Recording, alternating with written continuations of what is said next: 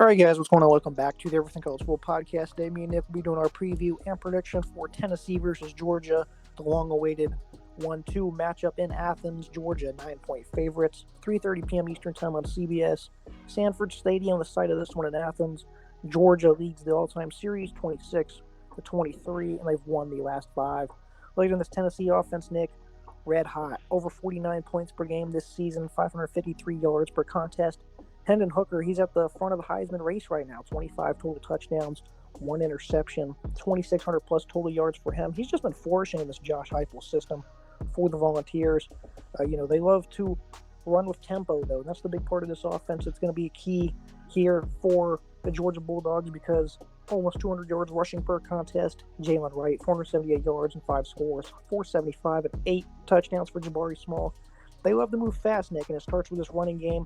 And Hooker, he gets his legs involved as well. 300 plus rushing with 4 scores.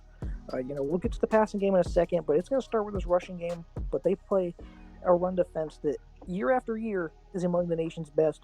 How do you think they match up here with an offensive line that's actually progressed quite well? I've been very impressed with the progression so far this year from the Tennessee offensive line. They looked a lot better as the weeks gone on. We highlighted this in the preseason. This offensive line had a chance to step forward, but they really have been a lot better than I thought they would be, and they look really strong. They're a solid unit that's kind of gelled together. Hendon Hooker continues to have a Heisman season, in my opinion. 2,338 yards, 71.2% completion percentage, 21 touchdowns, the 1 interception in the Alabama game. Outside of that, Hooker has been absolutely fantastic. He has been just airing it out, hitting his favorite target in Jalen Hyatt, who's having a career year. Some might say a record-setting year, and a year that's even similar to Devontae Smith's Heisman title season just a few years ago. He's almost 1,000 yards receiving already on 45 catches, plus the 14 total touchdowns this season. An unreal number from Hyatt, just really having a hell of a season. And Brew McCoy playing solid as well. He has 451 yards receiving, plus the 2 touchdowns so far this season. And you have a guy like Cedric Tillman, who hasn't been playing, but he came back against Kentucky, trying to get back in the swing of things. They hope to have him at full speed for this matchup on Saturday against Georgia, which should be a highly anticipated matchup, 1 versus 2, as long as the chips fall right with the college football playoff rankings. And you look at this rushing attack as well. Jabari Small and Hendon Hooker, who of course can carry the ball on his feet. He has 338 yards on the ground so far this season and 4 touchdowns. Small, 475 yards on the ground plus 8 touchdowns, and Wright got 478 yards plus 5 touchdowns. I love the balance they have there. Both these guys, nearly 500 yards rushing on the ground for each of them in similar amount of attempts. They really are able to balance it out. Got 2 star backs here who can really carry the load. This offense is just, we've been saying it all year, it's just balance, balance, balance. They can hit you on the air, they can hit you on the ground, they can hit you in so many different ways, and it's the key to success for them. Cedric Tillman missed 4 games, came back against Kentucky. They eased him back into the lineup before grabs. He had 200 yards on the Bulldogs last year in that game. Tennessee, they went right down the field on their first drive. After that, that was pretty much it. Their offense really got held in check after that. But this is a different unit now. Like you said, though, Tillman, his size, though, 6'3", 215 pounds, just a versatile playmaker on the outside. And that's allowed Jalen Hyatt, though, and Brew McCoy to really step up this year. 14 touchdowns. That's already a school record for Tennessee through 8 games. I mean, they potentially might have 6 more games left on the year. So Jalen Hyatt continues to really just evolve as a top-notch pass catcher for them. Ramil Keaton, he gets involved a good bit. He's averaging almost 18 yards per reception. Squirrel Wright as freshman as well. Princeton Fant, the tight ends, they like to get those guys, him and Jacob Warren. They don't have much on the stat sheet, but they do get involved in crucial points. Again, though, they like to move fast. They like to put up points in a hurry. They're very efficient and effective. This has just been full circle this year for Tennessee's offense. They're going to want to move fast against a Georgia defense that, last year, again, they held them in check. So this year, one thing they've really been doing is a lot of motion. That's been one thing that really throws off the Alabama game, for example. They get these matchups they want and they attack. I think they might have some favorable matchups against Georgia in the second year. We'll get to that defense in a minute. But overall, what are your final thoughts on this unit? Because it's really a chess match here. Josh Heupel against Kirby Smart in that defense. Right, this is going to be the toughest defense they have faced so far this season. A truly lockdown Georgia defense that doesn't give a whole lot of points. Kirby Smart has to make sure he does not get outsmarted in the X's and O's by Josh Heupel on Saturday. Like you said, Heupel's going to run sort of this, option, different types of plays, pre-snap movements, stuff like that, changing the play at the line, things like that. And they're going to be able to try and confuse Georgia, throw off their tempo, and get them kind of uncomfortable with the speed that Tennessee is going to run. I think that Kirby Smart's going to have to put together a strong game plan here. This is the best offense he's faced so far this season, and honestly in a while since he played Alabama in the SEC title game last season. So this is a real opportunity for both these teams to prove something on offense and defense. Now looking at the Georgia offense, averaging about 42 points per game this year. This is unit's really progressed quite well. They have terrific balance. You look at this backfield. Kendall Milton's been a little beat up. I believe he's back. Dejon Edwards has emerged as the leading rusher, 440 yards and 7 touchdowns. Kenny McIntosh, he does a lot as a pass catcher as well. And even Branson Robinson gets involved. They have 4 different backs that have in between 6 to 9 touches per contest. They really mix it up a good bit. And that's great for this team. That's how you sustain, a 14, 15 game season, is having this much versatility in your backfield, keep them healthy. And they've did that very well, 200 plus yards rushing per game. And it was nice to see them against Florida. They really struggled in that third quarter, big time on offense, but late in that quarter, when momentum had shifted completely, they were able to go right downfield with a good running game. Good balance, really. 239 rushing and 4 touchdowns in that game. They had 6 touchdowns, almost 300 yards rushing against Auburn, and they really struggled in that first half. So this offense, despite some of the inconsistencies this year, overall, it's been a top-notch unit. Stetson Bennett has come a long way in his career at Georgia. 68% completion rate, 2,300 yards passing, 9 touchdowns, 3 picks. He had a bad pick against Florida. He had 2 of them in that game, and then we had one against Kent State as well. So he's done a good job protecting the football. I've always called him an above-average game manager. This year, he's taken some big steps. From pre-snap to post-snap reads. He's not perfect by any means, but he's made some big-time progressions here in Todd Monken's offense. The biggest concern for me, though, is the lack of production at wide receiver. They're using Darnell Washington a lot more at tight end. He's got 300 plus yards. Brock Bowers, he's unbelievable as a pass catcher, a blocker. He's going to be big in this game, going up against the secondary. It's one of the worst in the conference, or one of the worst in the country, rather, against the pass. But they don't have a lot of outside threats in terms of speed. Lat McContney, he seems to make a mistake or two every single game, but he still is the leading producer with a team-high 33 grabs, 400 plus yards. After that, though, I think they're very deep at wide receiver, but they have not really been distributing it all that well, and I think that's just because of a conservative approach. This game, they're going to need some guys to step up. How do you view this passing attack here against Tennessee? Georgia has certainly been playing conservative throughout this season. They really, have only been airing it out when they need to. They try to focus on balance running the ball. When you play an offense like Tennessee that's going to try and jump out the gate and go for your throat and put a ton of points on the board in the first quarter, Georgia certainly could find themselves behind the tempo early on and have to resort to a passing attack to bail them out of this game. Brock Bowers, of course, is an absolute freak athlete, the best tight end I've ever seen play college football in my lifetime.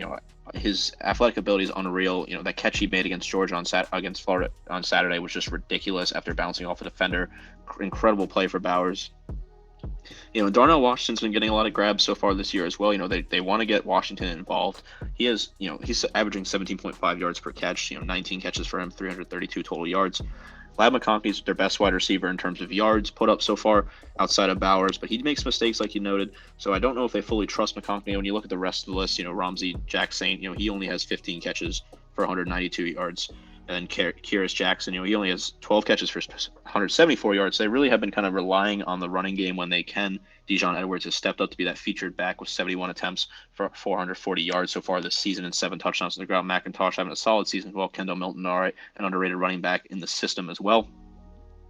Georgia's going to want to try and balance the ball. Todd Monken's going to try and build a balanced offense to attack this Tennessee team early on in the game, but I think that there's potential that this Georgia team could find themselves behind the pace early on and going to have to resort to airing the ball out because they're just going to be struggling to keep up with an insane tempo that is run by the Tennessee offense.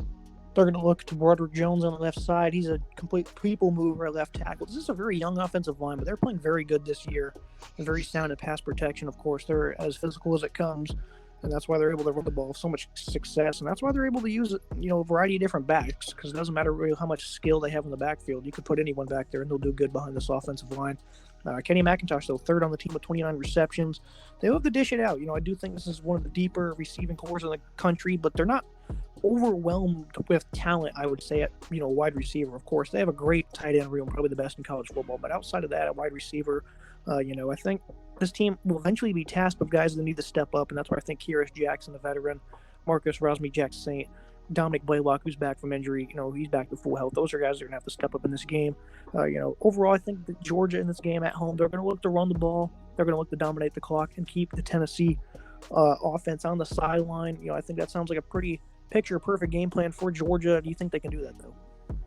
I do not think so at this point. I think it's just going to be tough to kind of control this offense that is so fast paced. And like we said, I've been putting up so many points every single week. I really do think that Georgia has a good offensive balance, and I like their offensive line this season. But I really think they're going to have to resort to airing the ball out, just simply keep up with this Tennessee offense. Now looking at that Tennessee defense, 21 points per game allowed this year, well under 400 yards. They coming off a dominant performance against Kentucky, where I thought the Wildcats would have a good success. And I was completely wrong. They got 4 sacks on that Wildcat offensive line. It's not very good. Held them to 205 yards and 6 points, though. They made Will Levis look well below average in that game. It was just a headache all night long for the Wildcats. They're allowing under 93 rush yards per game, and that's why it's key against Georgia here, because this defensive line, I think they've come a long way this year. Byron Young, of course, stepping up off the edge. Omari Thomas, a defensive tackle. Tyler Barron, a guy that's really yet to kind of unleash himself. But they have 2 talented pass rushers, the interior offensive line, or defensive line rather. They've been doing a very good job this year of stuffing opposing ground attacks. Most importantly, though, the emergence of these linebackers. Aaron Beasley, he's stepped up big time. Jeremy Banks last year, he was so dominant for them in the middle of this defense, but his emergence here, it's a big reason why they've been so successful against the run. Beasley 44 stops, Banks he has 35. Look at Trevon Flowers as safety, he has a team high 46 tackles. He gets down in the box and makes a lot of plays. I like Wesley Walker as well, another defensive back who helps in the run defense. I think what to do here. I don't think they're going to feel too threatened by this Georgia passing attack. I'm not sure how well they're going to be able to match up with Bowers. I don't know if they can do that. I do like the playmaking ability by these linebackers, but this secondary has struggled immensely, 127th in pass defense. They did look good here against Kentucky, a passing attack that certainly had potential to tear them apart. But for the most part this year, they've not been great. I do think Georgia can win down the seam a good bit. But I think first and foremost, they're going to look to bring the physicality to the Bulldogs to stop the run. And I think that they like their chances in this matchup, and so far, based on what we've seen from Tennessee's run defense, I think they have a pretty good shot here of going on the road, slowing down a dominant ground attack. So far this year, Tennessee has given up more points than you kind of thought they might give up. 21 points allowed so far for this defense, but against Kentucky, they really put on a show, only allowing 6 points, and Will Levis just absolutely struggled throughout the night. And the secondary showed a little bit of life when it really hadn't against Alabama and against Florida earlier in the season. The secondary did look good on Saturday. Trevon Flowers leading the team in tackles, 46 total tackles. Pass breakup, 2 picks for him. He's kind of the leader in that secondary. When you have 2 linebackers like Aaron Beasley and Jeremy Banks, we said in every single preview so far we've done this year for this Tennessee team, these guys are just absolute dogs. They're going to get after the ball, really talented. They're leaders in the locker room. They both work together in the setup. Solid 1-2 punch. Beasley 44 tackles, Banks 35.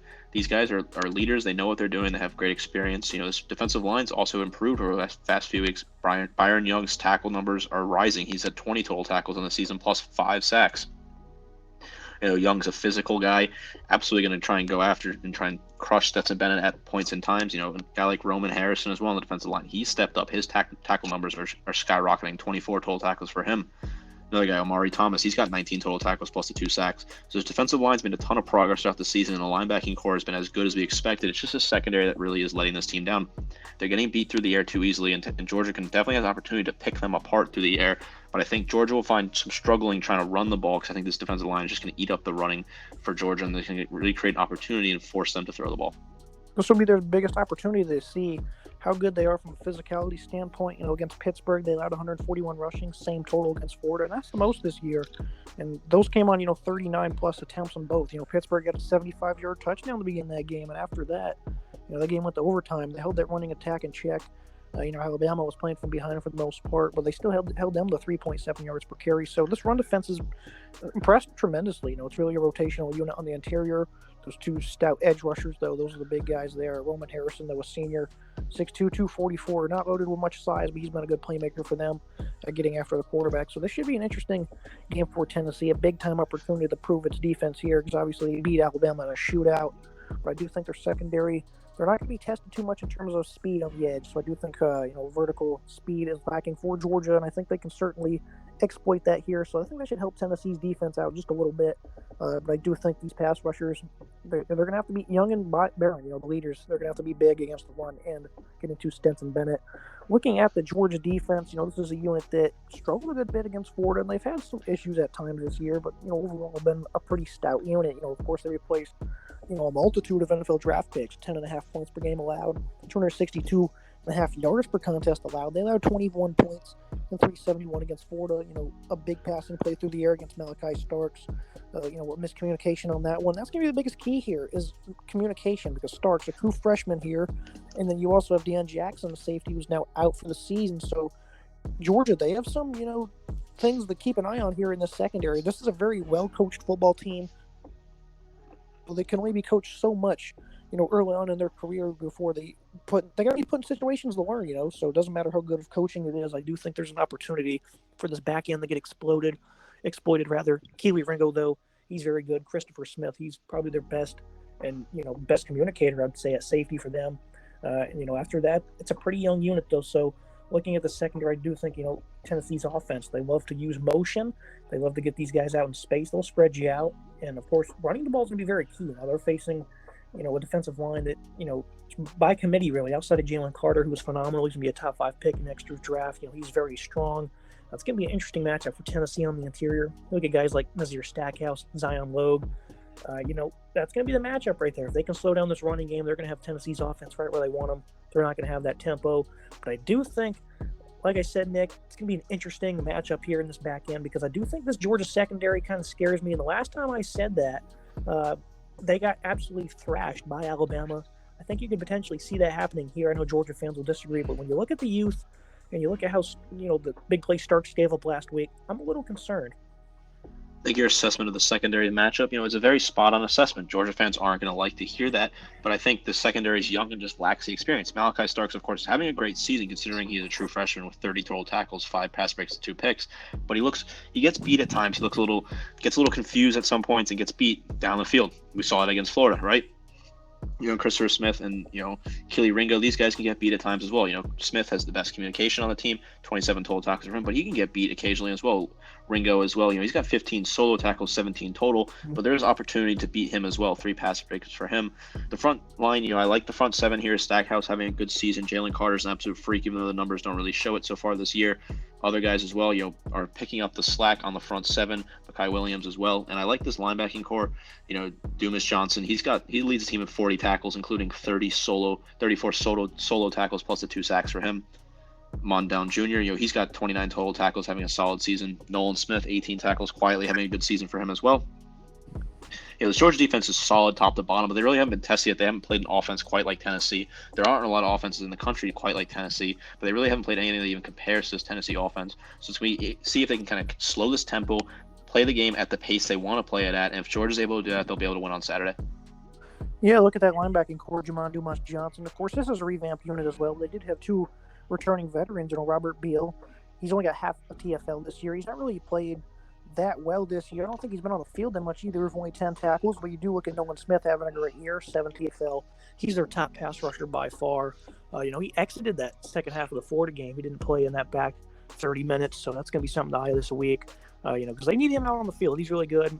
They got young, youth guys at interior linebacker. Dumas Johnson, of course, he's having a big year, and like you said, Samil Mondon as well. I do think some of this youth can certainly be exploited against a complex offense like this, but I do think, like I said at the top of the show, this is a complete chess match. I do not think, despite some of these deficiencies on this defense, that they're going to get hammered by any means. I think they'll have some bad plays, but I think overall they'll probably have a very good afternoon against this Tennessee defense. It's just limiting the big plays or not in red zone defense. I do think Tennessee will get their yards, but right there, Nick, scoring points, that's going to decide this one. You can't settle for field goals against Georgia. That's one thing they might be able to do, is make plays in the red zone. It's a lot easier to defend this defense in the red zone. Very condensed. You can only do so much. I think that might be the thing that really bails them out in this one if they struggle. I agree. This Georgia defense has to just be able to keep this Tennessee offense in check. They got to hold them to field goals at some point. And like you said, that could cost them. The difference between 3 and 7 points on Saturday is going to be huge for Georgia. Any stop this defense gets, even if it is giving up 3 points, is a huge stop considering the pace of play that the Tennessee offense plays at. Georgia's going to look to get stops early, throw Tennessee off their game. If they are able to do that, which I think they will be able to do that, they'll be able to win on Saturday. One thing I'm really keen in on is their ability to stop the run with their nickel defense. If they can do that with extra defensive backs out there to cover against these great receivers, they can slow down that run, slow down that tempo. I really like their ability to do that because, the way Tennessee spreads you out, you're going to be left in one-on-one matchups a lot. And if you can add some extra bodies out there to play a little bit more zone while you're slowing down that run, I think that's really going to set them up for success. Looking at the team comparisons, I think for the most part, Georgia has the edge at most positions. You look at running backs, small and right, great duo, but Georgia clearly has the better depth. One of the best backfields in college football. Quarterback Hendon Hooker. I know Stetson Bennett won a national championship last year with a great fourth quarter, but Hooker, I think he's the better quarterback top to bottom, and most people would agree. Wide receiver, I do think Georgia, they're pretty deep at that position, but the production's not even close to being similar. And Tillman, of course, coming back, putting up 200 yards on them last year. Offensive line, I'm very happy with Tennessee's improvements, but Georgia, this is just a rock-solid unit. They play with plenty of physicality. They don't seem to make many mistakes despite their youth. They're only going to get better, so I think they're going to get the edge there. Defensive line. Tennessee, it's not a bad defensive front. They've made a lot of good strides themselves, but Georgia, again, a unit where they are going to have a clear upper hand on that one. I think you were noticing a theme here, outside of the cornerback where it's clear as day. Tennessee's not far behind at some of these positions, but Georgia does have the edge. They're probably the most talented roster in all of college football, included, even though the two seniors might have the edge over the two sophomores of Georgia at linebacker. How do you feel about these, team comparisons here? Exactly what I was going to say. I personally believe the linebacking core at Tennessee I would take on any given Saturday over, and I certainly think there's a ton of talent in these younger guys at Georgia, but I just think when you have the experience and the seniors leadership of Beasley and Banks, I want to take that on any given Saturday. If I'm building a college football team, I'm taking those two linebackers first. But top to bottom, I think this team comparison, I agree with most of it. Of course, Bennett's having a lot better year than I think any of us expected, but Hendon Hooker is just lights out. He should win the Heisman. The wide receiving core, Hyatt's numbers alone would put them ahead of Georgia for me, but when you add in Tillman coming back and Brew McCoy, who's having a quiet, good season as well, going to have to give the edge to the wide receiver. The offensive line's another tight one. I think Georgia just wins it barely, but this Tennessee offensive line is a lot better than I think I expected this season. They're leaps and bounds better than what I really thought they would be. So they're certainly close in that matchup. But for me, most of his comparisons are spot on. Last year, the offensive line was one of the nation's worst in a lot of categories, so they've certainly made some big improvements. What are the final thoughts and prediction on this one? The keys to the game for Tennessee, motion your way into those favorable matchups. Like I said, get matched up on some safeties like Malachi Starks, whoever's in for Dan Jackson on their respective play. Those are things you got to certainly watch for. And then bring the toughness. That's, usually number one when it comes to playing Georgia's. You got to be able to match up with them from a physicality standpoint. And they had no problems doing that against Alabama. And so far this year, they've done a pretty good job from, a toughness standpoint. So I do think that's something that you still got to watch, but I think Tennessee can match up with for Georgia, slow down the UT running game. And then communication in the secondary is going to be very crucial. What I think is going to happen here is, Josh Heupel knows they're not going to be able to run the ball for 200-plus yards in this game. Everybody does. Doesn't matter how good your offensive line is. Just ask Michigan last year. They completely got bodied and could not run the ball one bit. I think they're going to figure out ways to pick up yards, an extension of the running game, like quick screens, tunnel screens, throwing it to their backs out of the backfield. They're going to find ways to pick up running yards. You won't see it on the stat sheet, but they'll find a way to get those yards, and they'll be able to, keep their tempo. They're going to figure out ways to do that. Complete chess match here. I do think the Georgia offense is going to struggle to run the ball. Typically like we don't see it to do. I do think they'll get their yards as well, but they're not going to be dominant by any means on the ground. I don't anticipate that. I think Tennessee's going to win this one. They're riding a hot horse right now. Georgia, they didn't look exactly great last game here against Florida, while Tennessee completely blasted Kentucky. They certainly have not let down after beating Alabama. They're not letting that get to them. So I do think Tennessee's going to win this game here. They're going to find their ways to get they're going to get their favorable matchups. I think the Georgia secondary is going to get exposed a little bit here with some of guys like Starks, Jackson being out. That's big for me. It's a very youthful secondary. Josh Heupel, he's well aware of that. He's going to implement plenty of wrinkles in this game. 34-30 for me. This is going to be a great game that will ultimately decide the SEC East. This is a historic matchup in the SEC East, and a historic matchup in college football. Only the fifth time since the turn of the century that the AP 1 versus 2 will be playing each other in a regular season matchup. We had two of those games in 2006 where Ohio State knocked off defending national championship Texas in week 2, and then Ohio State knocked off Michigan in the last week of the season to win that rivalry and put their berth in the BCS national title game. And of course, Alabama and LSU played two of these matchups in the last 10 years, with Alabama losing to LSU at home 9-6 in 2011 in the game of the century, and then losing again to them in 2019, 46-41, another incredible game. This one is shaping up to be just like all four of those games. Incredible stakes, incredible matchup. But I'm going to take Georgia in this one. I think the home team just has the edge for me. I think they'll be able to slow down this Tennessee offense and position that Tennessee really hasn't found themselves in so far this season. And I also think Brock Bowers is just too hard to stop for this Tennessee defense. I think the secondary will have troubles keeping tabs on him, and he'll have a strong day. Bennett's going to have to hit his target in Bowers, but I also think they'll be able to throw some other guys, and I expect a nice step up from a couple of guys on this Georgia offense. I'm looking at a guy like Lad McConkey. I'm looking at a guy like Ramsey St. Jack Saint. These guys could step up and have a good day. I think the secondary for Tennessee is just too weak for that. This is definitely a potential letdown game opportunity. I'm going to take Georgia here with all the, all the hype and all the excitement. I know in the past away teams have won these 1-versus-2 matchups, but I think this one, 3 out of the 4 that I listed previously, the away team won. But I think in this one, Georgia's going to take this one, and they're going to get the fast track to Atlanta and get a chance to play against Alabama potentially in the SEC title game. Yeah, I can definitely see Georgia playing smash mouth football and just completely obliterating Tennessee. And then, if they're doing that, then the play action is going to be there all night. So I could definitely see that happening and seeing them win by a big margin. But I think this Tennessee team is ready. They've so far not let down. They've played a pretty tough schedule this year, and they've been able to manage everything. So this is going to be a fun chess match. Hopefully it's a complete fourth quarter game. Nick, as always, thank you for joining me. Can't wait for this one to go down on Saturday. I'm excited. Like I said, historic matchup. It's very rare we get a game like this in the regular season, and it has all the marbles. Very important for these two schools. A historic matchup Saturday night in Athens. Make sure you guys like, comment, subscribe. See you next time.